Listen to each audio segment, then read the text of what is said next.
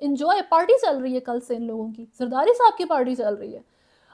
عمران خان وہ full enjoy کرتے رہے تھے جب نواز شریف کے ساتھ یہ سارے معاملات ہو رہے تھے۔ نواز شریف ساتھ ساتھ یہ کہہ رہے ہیں کہ خیبر پختونخوا کے لوگ بہت ایزی ہیں، ان کو بڑی ایزیلی آپ مینوپولیٹ کر سکتے ہیں، وہ بڑے ایزیلی بات مان جاتے ہیں، بھروسہ کر لیتے ہیں، وہ اس وجہ سے یہ باتیں کر رہے ہیں کیونکہ عمران خان کی وہاں پر پاپولیرٹی زیادہ ہے۔ وجاہت صاحب جو ہیں، وہ جو سینئر اینکر پرسن ہیں، بہت پی ٹی آئی کی بڑی سپورٹ اور بڑا درد دل رکھنے والے بندے ہیں، جنہوں نے بھی ریسنٹلی یہ باتیں بھی کہیں کہ ٹویٹر کے اوپر کہیں کہ جی ملک کو آگ لگ جائے میری طرف سے، سیالکوٹ کو اور سارے ملک کو، جہاں جہاں پہ نون کا جو ہے وہ ہولڈ ہے وہ جل جائیں جگہیں، ایگزیکٹ ورڈز ان کے یہ ہیں، ٹھیک ہے، کیونکہ مجھے ان سارے لوگوں کی اکاؤنٹیبلٹی چاہیے۔ اور انہوں نے جب اس کے بعد نیکسٹ ویڈیو بنائی ہے اپنے آپ کو کلیئر کرنے کے لیے، تو اس کے اندر وہ کیا بات کر رہے تھے، ایموشنل جو ہے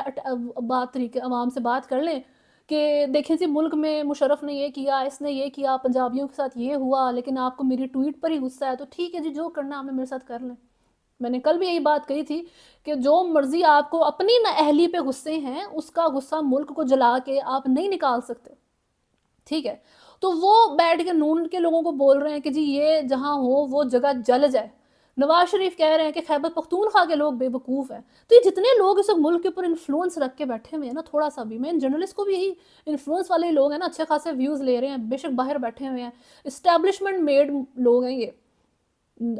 جو یا وجاہت صاحب کو لیں یا معید پیرزادہ کو لیں، اسٹیبلشمنٹ میڈ لوگ ہیں، اب ملک سے باہر جا کے پاکستان کے لوگوں کے ویوز لیتے ہیں،